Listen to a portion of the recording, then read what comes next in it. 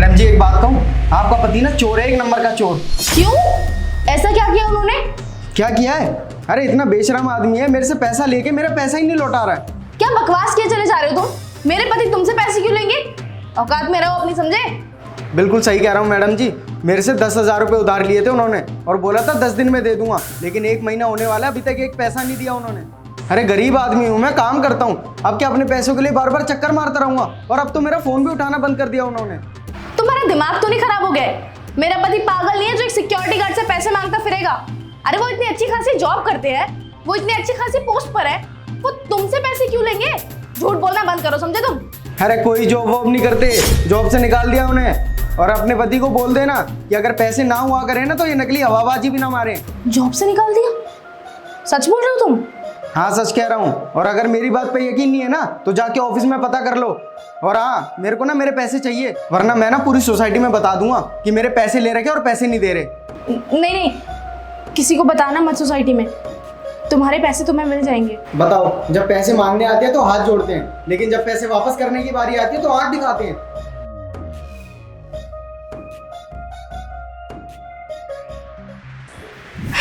आ गए ऑफिस से? हाँ आ गया। वो थक गया यार आज। बहुत काम कराता है ना तुम्हारा बॉस? काम तो कराता ही है, जब भी तो ओवर टाइम लगता है। अच्छा, वैसे तो तुम आजकल ओवर टाइम कर रहे हो, एक्स्ट्रा टाइम दे रहे हो ऑफिस में अपना, तो पैसे वैसे तो बच रहे होंगे ना? सेविंग्स तो हो रही होगी तुम्हारी, है ना? हाँ पैसे तो बच ही रहे हैं। तुम वैसे बताओ ना, तुम्हें चाहिए क्या? मैं दिला दूंगा वो चीज़। उधार मांग के लाओगे? ये क्या बकवास कर रही हो? मैं उधार के मांगूंगा किसी से? आज मेरे घर पे सिक्योरिटी गार्ड आया था हमारी सोसाइटी का, सब कुछ बक दिया उसने कि किस तरह से तुमने उससे 10,000 रुपए उधार लिए हैं और तुम्हें नौकरी से निकाल दिया गया है। तुम झूठा बहाना करते हो, घर से निकलते हो तैयार होके कि मैं ऑफिस जा रहा हूँ, और ऑफिस टाइमिंग कंप्लीट होने के बाद घर आते हो और ये ढोंग करके दिखाते हो जैसे तुम ऑफिस से आए हो, और अभी भी तुम यही ढोंग कर रहे हो। वो तो अगर आज सिक्योरिटी गार्ड मेरे घर ना आता और पूरी सच्चाई नहीं बताता तो तुम तो मुझे ऐसे ही बेवकूफ बनाते रहते कि तुम नौकरी पे जा रहे हो। तुमने एक बार भी नहीं सोचा मुझे बेवकूफ बनाने से पहले कि मुझे कैसा लगेगा तुम मुझसे चीजें छुपाओगे तो? तुम्हें नौकरी से निकाल दिया, ये बात मुझे पता ही नहीं है। मैं तुम्हारी बीवी हूँ, शादी करके तुम्हारे साथ इस घर में रहने आई हूँ। अगर तुम मुझसे इस तरह चीजें छुपाओगे तो कैसे चलेगा? अब ये बताओ मुझे, कितने टाइम से तुम्हें नौकरी से निकाला है और कितने टाइम से ढोंग चल रहा है? डेढ़ महीना हो गया। 1.5 महीना हो गया? ये 1.5 महीना कब 1.5 साल में बदल जाता मुझे तो पता ही नहीं चलता। क्यों, क्या हुआ था ऐसा जो तुम्हें नौकरी से निकाल दिया? हिमांशी, इसमें मेरी कोई गलती नहीं है। दरअसल जिस कंपनी में मैं काम करता था ना, उस कंपनी में बहुत ज़्यादा लॉस हो गया, और लॉस के कारण उन्होंने अपने कुछ एम्प्लॉयज़ को बाहर निकाल दिया, जिसमें से एक नाम मेरा भी था। अब इसमें मैं क्या कर सकता हूँ यार? मैं तो अपना 100% देता ही था ना। अब मेरी जॉब चली गई है तो कहीं ना कहीं तो काम ढूंढना ही है, इसलिए सुबह से लेके शाम तक फाइल लेके घर से निकल जाता हूँ। इंटरव्यूज़ जहाँ भी होते हैं ना वहाँ देने जाता हूँ, लेकिन कहीं कोई बात नहीं बन पा रही है। और मैंने ये बात तुमसे बस इसलिए छुपाई क्योंकि मैं नहीं चाहता था यार कि तुम्हें ये बात पता चले और तुम मुझ पर गुस्सा करो। हाँ, मुझसे गलती हुई है, मानता हूँ मैं कि ये बात मुझे तुमसे नहीं छुपानी चाहिए थी। धर्मेंद्र, तुम्हें पता है, जो इंसान किसी से प्यार करता है ना, वो उसके सामने खुली किताब होता है, वो उससे कुछ नहीं छुपाता। लेकिन तुमने मुझसे चीजें छुपाई।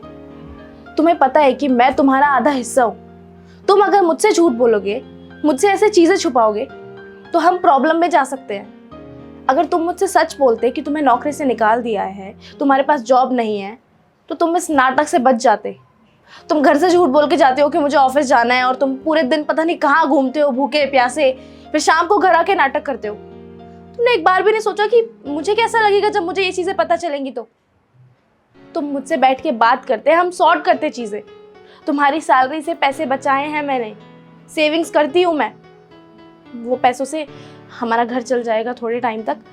तुम दूसरी नौकरी ढूंढ लेना जब तक, पर आगे से वादा करो कि तुम मुझसे कुछ भी नहीं छुपाओगे, क्योंकि अगर तुमने मुझसे कुछ छुपाया ना तो तुम्हारे लिए अच्छा नहीं होगा। कितनी सपोर्टिव है यार तुम।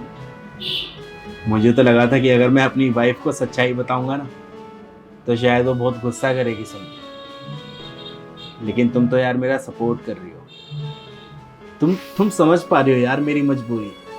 मुझे ये नहीं लगा था कि तुम समझोगी, मुझे तो बल्कि ये लगा कि कहीं तुम मुझ पर गुस्सा ना करो। कहीं तुम मुझे नकारा ना समझ बैठो। थैंक यू सो मच यार, मुझे सपोर्ट करने के लिए। कोई बात नहीं, अभी हमारा बुरा वक्त चल रहा है तो हम दोनों मिलके हैंडल कर लेंगे। मैं एक काम करूँगी, मैं भी टीचिंग करनी स्टार्ट कर दूँगी वापस। शादी से पहले भी तो करती थी। हम फिर से वापस पहले की तरह ज़िंदगी जिएंगे। थोड़े टाइम की तो प्रॉब्लम है, ये भी कट जाएगी। तुम जाके हाथ मुँह धो लो। सुबह से पता नहीं नाटक के चक्कर में कहाँ घूम रहे हो भूखे प्यासे। खाना खाया भी होगा या नहीं, मैं खाना लगा रही हूँ, ठीक है? मैं अभी हाथ मुंह धो लेता हूँ। थैंक यू यार।